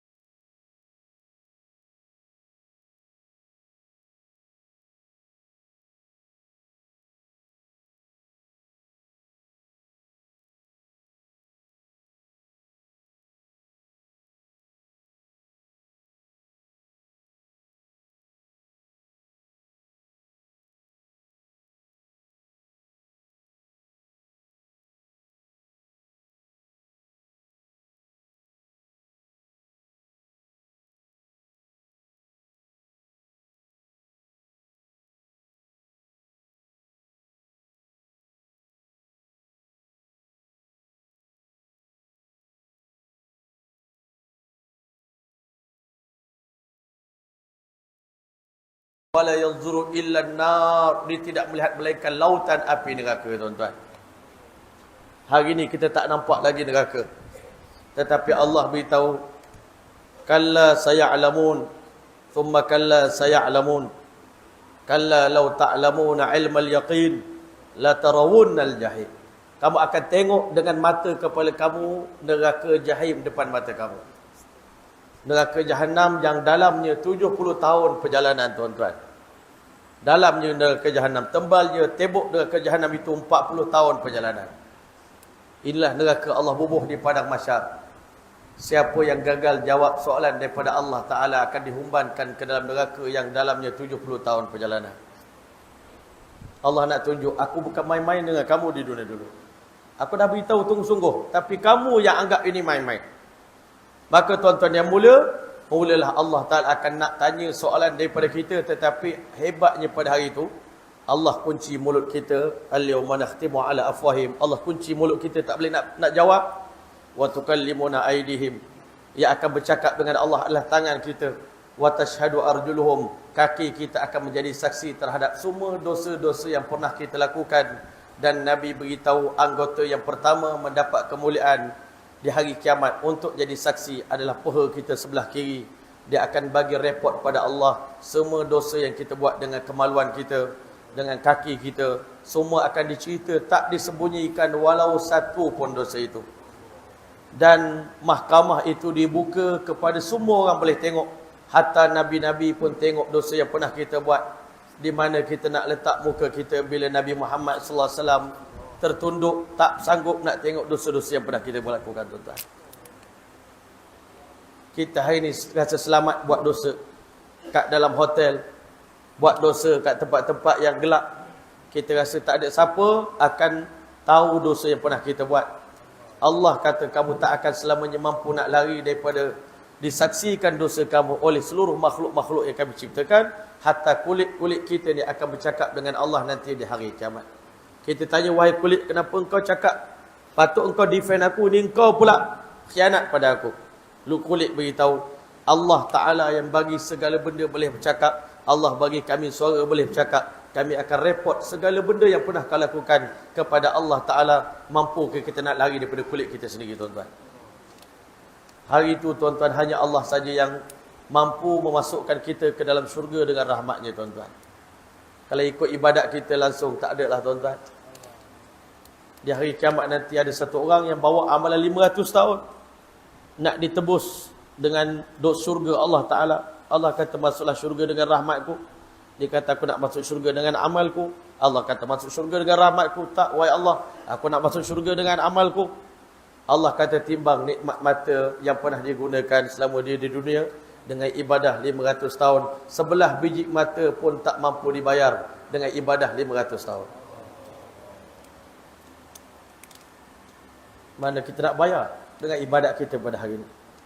Sebab itulah, tuan-tuan rahmati Allah, sebelum kita menyesal, maka tuan-tuan kita kena usaha sungguh-sungguh. Dakwah ni bukan benda main-main, agama bukan benda main-main. Ini benda yang sangat serius, tuan-tuan. Dan akhirnya setelah kita berjaya menjawab soalan daripada Allah, maka Allah SWT suruh kita timbang pula buku ini di mizan. Ulama kata bab hisab tu masih lagi berat. Dah berat dah. Nabi pun takut dengan hisab. Sehingga Nabi baca doa minta perlindungan daripada hisab tiap-tiap malam dalam sembahyang. Allahumma hasibni hisaban yasira. Siti Aisyah tanya, ya Rasulullah, apa hikmah Tuan baca doa ni banyak-banyak sangat dalam sembahyang? Adinda dengar tiap-tiap kali sembahyang mesti baca Allahumma hasibni hisaban yasira. Ya Allah, mudahkanlah hisab untukku nanti di hari kiamat. Nabi Muhammad pun doa macam tu. Kata Nabi SAW, wahai Aish, kesayanganku, isteri kesayanganku, fa innahu man nuqishal hisab. Siapa yang Allah kata hari ni aku nak hisab orang ni, Allah tunjuk, maka kata Nabi, uzziba, pasti orang itu akan dilemparkan ke dalam api neraka. Siapa saja yang dihisab oleh Allah tak selamat. Allah Ta'ala punya integrate, tuan-tuan, siasatan Allah, Allah Ta'ala akan buat. Memang kita tak boleh nak lepas. Memang tak lepas. Tetapi ada juga sebahagian daripada manusia nanti di hari kiamat, Allah Ta'ala akan panggil mereka di belakang tabir. Itulah alim ulama' di kalangan umat ini, tuan-tuan. Sebab itu jangan pernah hina alim ulama'. Nanti di hari kiamat Allah jemput ulama-ulama di belakang tabir. Allah tunjukkan kesalahan mereka dalam buku. Ini dosa kamu, ya. Ada nak ingkarkan satu daripadanya? Tak ada. Wahai Allah, ini semua kesalahan kami. Engkau lebih tahu kami daripada orang lain tahu diri kami. Allah kata, kami telah sembunyikan kesalahan kamu di dunia. Maka begitulah pada hari ini. Kami sembunyikan kesalahan kamu. Sehingga mereka keluar daripada tirai tuan-tuan, masuk berjumpa dengan orang ramai. Orang ramai kata, bertuah sungguh Tok Guru kita. Rupanya dia tak pernah melakukan satu dosa pun sewaktu dia berada di dunia. Padahal Tok Guru ni banyak buat dosa, ustaz ni banyak buat dosa. Tetapi Allah yang sembunyikan aib mereka di dunia dan di akhirat. Dan Allah Ta'ala akan firman di hadapan seluruh makhluk. Wahai alim ulama di kalangan umatku, tahu tak kamu kenapa aku bagi ilmu aku kepada kamu? Kenapa aku bagi kesantunan aku kepada kamu? Inni lam aj'alu fikum ilmi wa hilmi. Aku tak bagi pada kamu ilmu daripada ilmu aku, hilm daripada hilm aku, illa li'an aghfir lakum, melainkan pada hari ini aku nak ampunkan seluruh dosa-dosa kalian. Aku tak peduli sikit pun kesalahan kalian berbanding dengan pengorbanan kalian untuk agama. Kami telah maafkan seluruh kesalahan kamu. Idhabu wa antumul tulaqa. Pergilah kamu semua dibebaskan. Tuan-tuan yang mulia, sebab itu kita kena hormati alim ulama. Hormati imam-imam kita, bilal-bilal kita, ustaz-ustaz kita. Muliakan mereka. Hari ini di akhir zaman banyak orang caci maki ustaz, caci maki alim ulama. Pandang aib guru-guru kita. Dan tuan-tuan rahmati Allah, setelah Allah selesai hisap semua umat akhir zaman sekalian makhluk-makhluk tuan-tuan, Allah pisahkan antara orang beriman dengan orang yang durhaka pada Allah. Allah Ta'ala naikkan sebuah tembok dan Allah beritahu, wamtazul yauma ayyuhal mujrimun. Berpisahlah hari ini antara orang yang durhaka dengan orang taat. Kadang-kala suami taat, isteri derhaka. Allah Ta'ala pisahkan suami dengan isteri. Ayah taat Nabi Nuh AS, anak Nabi Nuh kufur pada Allah. Anak Nabi Nuh AS duduk di bahagian belah kiri, isteri Nabi Lut AS duduk belah kiri. Banyak Abu Talib dan juga makhluk banyak lagi orang yang lain yang tidak beriman mati dalam keadaan kufur pada Allah Subhanahu wa taala. Abu Lahab, Abu Jahal, Firaun, Qarun, Namrud, semuanya duduk bersama satu tempat. Tetapi tuan-tuan, Nabi beritahu, siapa yang meninggalkan solat di dunia dibangkitkan di hari kiamat bersama dengan Qarun, Namrud dan juga Qarun laknatullah alaih. Jadi tuan-tuan yang mulia, setelah mana Allah Ta'ala pisahkan orang yang taat, Allah layan mereka dengan layanan yang baik. Tiba-tiba tuan-tuan, waktu itulah Allah Ta'ala keluarkan 99 kepala leher yang besar daripada neraka Allah Ta'ala. Dan kesemua benda ni tak tahulah makhluk apa tuan-tuan. Ditanya pada Allah, min kam ya Allah, berapa nak ambil? Daripada ahli neraka ni berapa nak tangkap? Allah sebut dalam Quran, thumma lananzi'anna min kulli syi'atin ayyum asyadu 'ala rahmani 'atiyah. Kami akan ketangkap mula-mula sekali orang paling sombong dan angkuh dengan kami di dunia, yang paling keras dia punya kekufuran dia, penentangan pada Nabi. Orang ni akan mula-mula kena tangkap. Allah kata ambil daripada 1000 orang, tangkap 999 orang. Sahabat Nabi dengar benda itu, tuan-tuan, lembik badan sahabat Nabi. Ya Allah, ramainya ahli neraka kena tangkap. Daripada 1000 orang, 999 orang kena tangkap. Nabi bila tengok sahabat dia macam putus asa, Nabi kata 99 itu adalah Ya'juj dan Ma'juj. Lega sikit sahabat Nabi, tuan-tuan. Kalau ambil manusia 999, daripada 1000 orang, hanya seorang saja masuk syurga, tuan-tuan. Begitu beratnya sebenarnya alam akhirat. Itu orang yang masuk neraka tanpa sebarang apa-apa pertanyaan. Tetapi ada juga sebahagian orang masuk neraka ikut pintu, tuan-tuan. Sampai di pintu neraka, malaikat penjaga neraka tanya, yang korang boleh sampai ke pintu ni, apa dosa korang buat? Tak ada Nabi ke beritahu tentang neraka dia? Dalam Al-Quran Allah beritahu, alaiha 19, penjaga pintu neraka ni 19,000 orang. Ketuanya Malik Zabaniyah, yang wajahnya tak pernah senyum dan sentiasa bengis, tuan-tuan. Di tangan malaikat-malaikat ini ada rantai yang akan membelenggu. Tangan ahli neraka dilekatkan ke leher dia, tuan-tuan, dan dibalut badan ahli neraka dengan rantai tadi, yang mana panjangnya satu mata rantai itu 70 zira'an, 70 hasta, maka dimasukkan bahagian ujung daripada rantai itu ke dalam mulut ahli neraka dan keluar ikut punggung tuan-tuan, dihimpunkan semua rantai-rantai tadi, maka dilemparkan ke dalam neraka Allah Ta'ala. Rantai jatuh sebelum tuannya masih lagi berada di atas, tuan-tuan.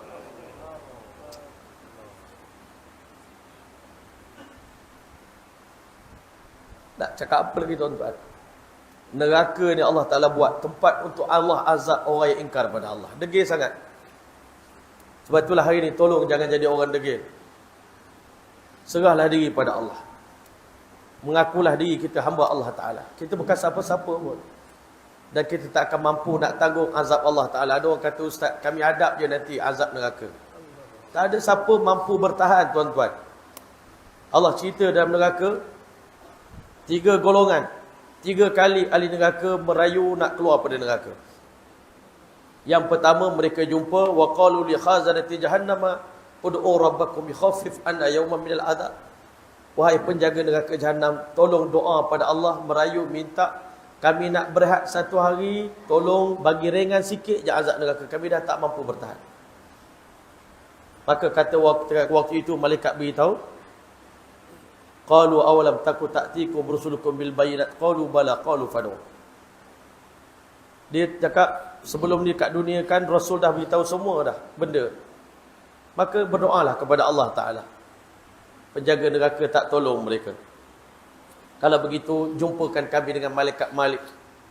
Kami nak bercakap dengan Malik Zabaniyah. Maka berjumpa dengan Malik, wanadaw ya Malik liyaqdi alaina rabbuk.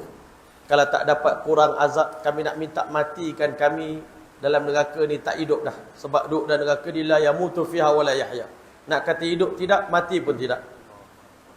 Maka kata di malaikat Malik, qala innakum makithun, you people will be stay here forever and ever. Don't talk too much. Jangan cakap banyak, duduk diam-diam. Akhirnya mereka merayu pada malaikat Malik, kalau Tuhan tak nak tolong kami, izinkan kami menghadap Allah Ta'ala. Kami tahu Tuhan Allah Maha Pengampun, Maha Penyayang. Allah tak akan siksa kami macam ni. Tuan-tuan, mereka naik panjat neraka, tuan-tuan, ulama kata 6,000 tahun di panjat tembok neraka jahanam.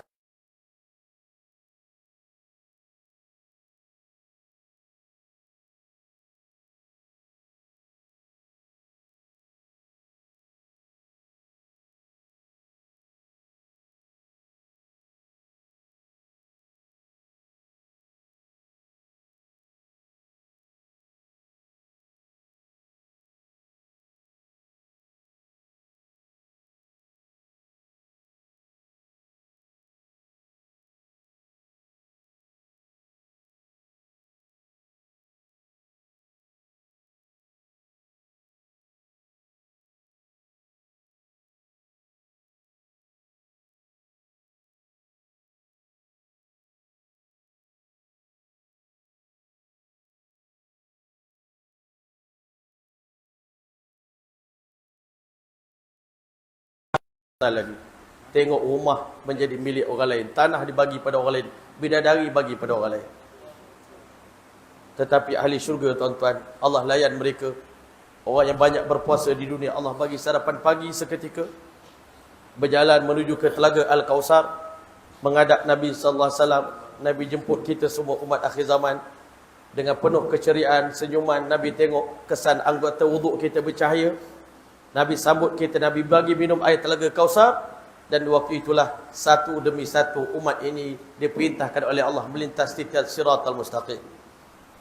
Tuan-tuan yang mulia, nak lintas titik siratal mustaqim ni pun satu lagi debaran yang sangat dahsyat untuk orang beriman. Semua orang takut. Yang selamat sampai di sana, faminhum najin makhdush. Yang selamat sampai pun luka-luka badan mereka, tuan-tuan. Allah hantar kalalik pencangkuk untuk tarik orang yang lambat bergerak melintasi titik siratal mustaqim, ditarik oleh pencangkuk untuk jatuh ke dalam neraka Allah Subhanahu wa taala. Sebab itulah hari ini kena jaga sembahyang. Sembahyang berjemaah 5 waktu ini menyebabkan Allah Taala akan mudahkan kita melintas titik siratal mustaqim. Setelah kita sampai di tebing sana, tuan-tuan, rasa dah selamat dah. Rupanya dalam perjalanan nak masuk syurga, Allah sediakan sebuah jambatan panjang yang bernama Qantarah, tuan-tuan. Allah akan tahan semua ahli syurga sebelum masuk neraka yang masih lagi ada tinggal dosa-dosa kecil yang pernah mereka buat. Allah Ta'ala akan squeeze, Allah Ta'ala akan blend mereka ni dalam kontarah tadi tuan-tuan, akan perah mereka ni sampai dosa-dosa itu tanggal daripada anggota badan mereka. Ini benda yang paling berat sekali tuan-tuan. Sebab itu dekat dunia nak buang dosa mudah, istighfar dan taubat. Tapi kalau balik tak sempat, kalau kena perah dulu dalam kontarah itu dan tak tahulah kesakitannya macam mana. Sakitnya hanya Allah dah tahu dan Rasul tahu. Selepas itu barulah kita berjalan menuju ke Nahrul Hayat sampai di sungai kehidupan sebelum masuk syurga. Allah telah perintahkan kita mandi, dan setelah itu bolehlah kerja baginda sallallahu alaihi wasallam. Nabi sallallahu alaihi wasallam akan atur 120 barisan ahli syurga untuk masuk ke syurga, dan Nabi beritahu alhamdulillah daripada 120 staf ahli syurga Allah pilih 80 daripadanya ada di kalangan umat Muhammad sallallahu alaihi wasallam. Nabi bagi bendera satu-satu. Bendera ulama di tangan Muaz bin Jabal radhiyallahu anhu, bendera Muazzin di tangan Bilal, bendera orang tua di tangan Nabi Isa alaihissalam, bendera orang mati syahid di tangan Sayyidina Hamzah radhiyallahu anhu. Semua manusia akan masuk ke dalam syurga ikut amalan masing-masing di dunia, mengikut imam masing-masing. Dan Nabi SAW itu di wahul hadi yang bertiada wala fakhr. Di tangan kananku ada bendera yang paling indah, yang paling mulia, panji-panji kepuji-pujian kepada Allah Subhanahu wa taala. Nabi naik kenderaan mendekati pintu syurga. Nabi ketuk pintu syurga. Nabi kata 8 pintu syurga. Satu Allah buka di dunia itu pintu taubat. Allah tak akan tutup pintu taubat melainkan sebelum kiamat. Tetapi bila sampai di syurga tuan-tuan, Allah turun Nabi ketuk pintu syurga. Pintu syurga ni seluas 2 bulan perjalanan. Besarnya pintu syurga. Tetapi Nabi kata pada hari umat ini kembali masuk ke syurga Allah, kita melangkah masuk ke syurga tuan-tuan. Mudah-mudahan kaki yang banyak melangkah masuk ke masjid, kaki yang banyak melangkah ke jalan Allah, kaki inilah yang akan melangkah masuk ke syurga Allah Subhanahu wa taala. Nabi kata pada hari umat akan balik ke syurga, pintu sebesar itu pun jam. Kenapa begitu ramai sekali umat Nabi yang balik kampung nak masuk ke syurga Allah? Di kiri kanan jalan malaikat beratur untuk ucapkan tahniah, salam, welcome pada kita tuan-tuan. Ahlan wa sahlan wa marhaban bikum. Udkhuluha bisalamin aminin. Masuklah dengan memberi salam. Salamun alaikum. Thibtum, sejahtera buat kalian. Kalian dah buat yang terbaik di dunia dahulu. Fadkhuluha khalidin. Masuklah ke dalam syurga. Wa assalamu alaikum. Ya Allah. Ahli syurga masuk ke syurga tuan-tuan dalam keadaan mengalir air mata. Ya Allah. Kita nak cakap apa lagi ya Allah? Baik sungguh Allah Ta'ala. Allah layan kita. Kita tak layak pun masuk syurga. Allah bagi kita. Allah kata bima kuntum ta'malun, ini semua balasan daripada amal yang kamu buat. Sedangkan dekat dunia kita buat ibadat pun Allah tolong kita, Allah yang bagi kekuatan pada kita. Bukan kita buat, kita tak ada daya upaya pun. Kita masuk syurga pun dengan rahmat Allah. Tapi bila kita masuk syurga, Allah puji kita. Kamu dah buat yang terbaik. Masuklah syurga buat selama-lamanya. Ahli syurga menangis bersyukur kepada Allah. Alhamdulillahilladzi sadaqana wa'dah. Segala puji bagi Allah yang telah membenarkan apa yang Allah janji pada kami. Wa awratnal ardh. Allah telah wariskan kami bumi syurga. La tabawwa'u min haitsu nasha. Hari ini kami boleh berjalan meronda dalam syurga selama-lamanya ikut kami nak. Tadi pergi snorkeling kena balik sebelum maghrib tuan-tuan. Sebab apa? Nak sembahyang maghrib dan nak buat gas lagi dah tengah bayar. Tapi nanti dalam syurga, pergilah berjalan lama mana pun kamu nak berjalan. Pergilah berenang lama mana pun nak berenang. Nak dive dalam laut syurga, nak menyelam, pergilah menyelam. Nak pergi naik kuda sejauh mana kamu nak naik, naiklah tuan-tuan. Makanlah apa sejuga makanan yang kamu nak. Walakum fiha ma tashtahi anfusukum walakum fiha ma tad'un nuzulan min ghafurur rahim. Dalam syurga apa yang syahwat kamu nak semuanya akan ditunaikan oleh Allah. Walakum fiha ma tad'un, orderlah apa saja yang kamu nak, Allah telah akan sediakan untuk kamu. Dan Nabi SAW ditanya oleh orang Yahudi, hidangan apakah ya Rasulullah yang pertama Allah sediakan untuk ahli syurga bila dia masuk syurga? Nabi menjawab, tuhfatun kabirin nur, tuhfatul jannati kabirin nur. Hidangan paling istimewa untuk ahli syurga adalah hati ikan paus daripada ikan paus syurga. Allah Ta'ala suruh malaikat sediakan hidangan yang paling lazat. Allah bagi ahli syurga makan hati ikan paus syurga. Malam ni kita makan kambing insya-Allah 6 ekor. Tetapi nanti kita masuk syurga, Allah berikan kepada kita daging bakar daripada lembu syurga tuan-tuan. Allah bagi dekat kita makan. Dan di samping itu ada ulama cerita Allah hidangkan 60,000 jenis menu makanan untuk kita makan. Dan semua bi'akwabin wa abariqa wa ka'sin min ma'in. Ceritnya, cawannya, gelasnya, sudunya, dapurnya, mejanya, semuanya daripada emas, tuan-tuan. Allah kata sekarang ni, makanlah sepuas-puasnya wahai hamba. Kulu washrabu, makanlah dan minumlah. Hani'an, congratulations for you people, for all of you. Tahniah buat kalian semua. Kenapa? Kamu dah buat yang terbaik di dunia dahulu. 60 tahun hidup dalam keadaan taat pada aku. Ya Allah. Ya ma'aslaf tu fil ayyamil khaliyah. Kamu banyak lapar dekat dunia. Kamu banyak susah dekat dunia dulu. Hari ini makanlah sepuas-puasnya. Tuan-tuan yang boleh selepas kita makan, Allah hantar malaikat jemput kita masuk ke syurga kita, tuan-tuan. Masuk dalam pintu syurga kita, tuan-tuan. Alangkah keberadaannya kita tengok. Begini kata dan Allah kepada kami. Ini syurga yang seluas 10 kali ganda dunia untuk tiap-tiap orang ahli syurga.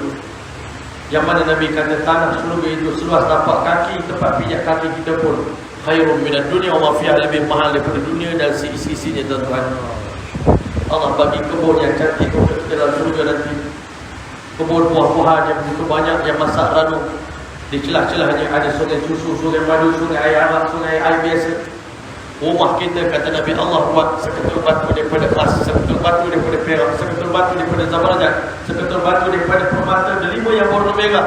Milat wa almis, simennya adalah kasturi. Dan syurga ini transparent, boleh tengok luar daripada dalam. Orang luar boleh tengok dalam.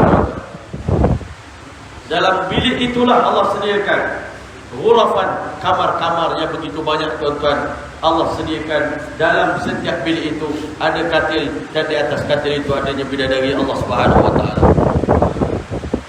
Inilah Allah Taala nak bagi dekat kita dalam syurga. Tapi hari ini Allah Taala minta kita buat sikit je.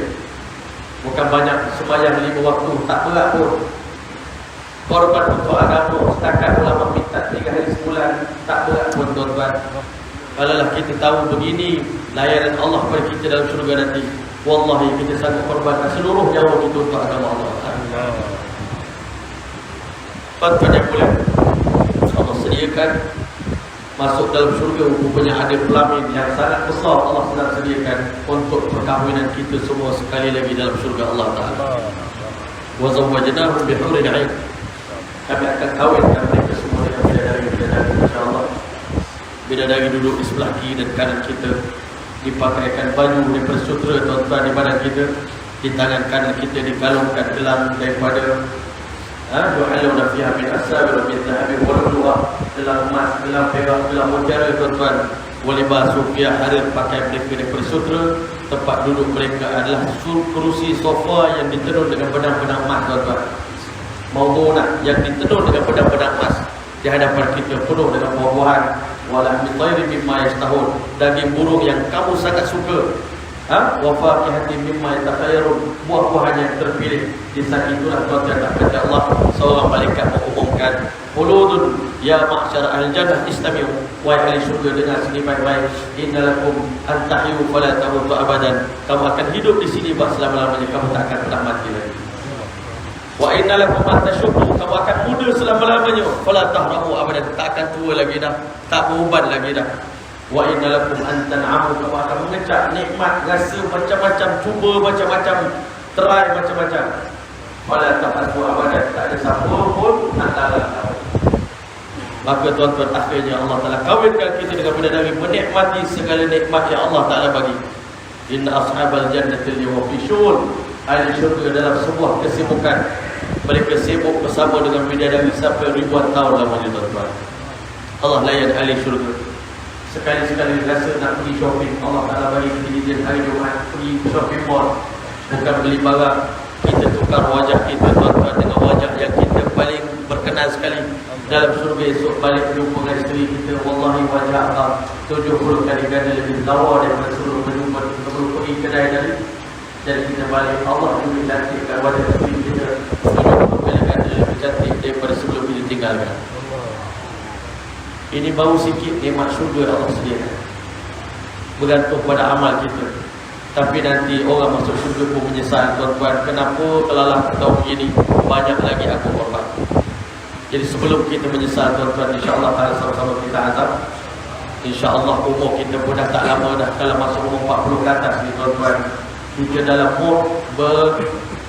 mood sedang berhati-hati dan juga menunggu bila-bila saja malaikat maut akan jemput kita, panggil motor kita kepada Allah Ta'ala. Jadi kerana itu kita buat program rehlah ni tuan-tuan. Sebenarnya bukan untuk tuan-tuan, saya sebenarnya buat untuk diri saya tuan-tuan. Saya buat program ini bila saya cakap kita buat kiamat. Tiap-tiap kali saya cerita buat kiamat, datang perasaan takut di hati saya tuan-tuan pada Allah Ta'ala. Saya bukan nak takutkan tuan-tuan, saya nak takutkan hati saya. Dengan kita yakin pada hari kiamat, insya-Allah kita akan tahan diri kita daripada buat maksiat tuan-tuan. Kalau kita tak takut, kita akan buat apa saja dosa tuan-tuan. Sebab itulah hari ini mudah-mudahan Allah terima rehlah kita tidak ada tuan-tuan. Allah terima pengorbanan tuan-tuan, sikit sebanyak susah payah dengan masalah-masalah yang datang. Itu ujian daripada Allah. Memang nak bagi kita ni pahala lebih, Allah Ta'ala uji kita. Tetapi hakikat sebenarnya kita menikmati momen ini tuan-tuan. Detik-detik ini insya-Allah nanti bila kita masuk syurga, tuan-tuan akan rindu nak berehlah macam sini lagi tuan-tuan. Kita akan rindu lagi dengan amal-amal yang pernah kita buat di dunia. Kita akan dalam syurga mengalir air mata. Rindu nak berjemaah sembahyang, rindu nak puasa, rindu nak sembahyang tahajud, rindu nak buat dakwah. Tetapi malaikat kata di sini bukan lagi tempat untuk beribadat, masih ibadat cuma di dunia dakwah. Di sini bukan lagi tempat korban di dunia. Untuk itu insya-Allah Ta'ala tuan-tuan, untuk kita tambah lagi keyakinan dan keimanan kita insya-Allah. Sama-sama kita azam untuk keluar 4 bulan jalan Allah Ta'ala insya-Allah. InsyaAllah bagaimana insyaAllah.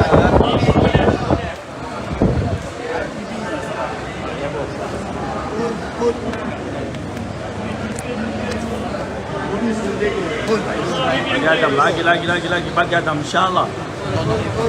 Bagi Adam negara jauh insyaAllah. 4 bulan sezulan insyaAllah. Amin ya Allah. InsyaAllah semua itu puri sendiri. Izam 4 bulan insyaAllah. Ikan tengah tu ada lagi masya-Allah. Tunggu amin lah insya-Allah. Azam insya-Allah.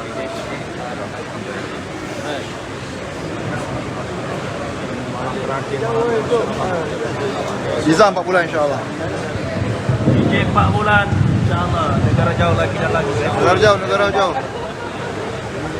Thailand insyaAllah.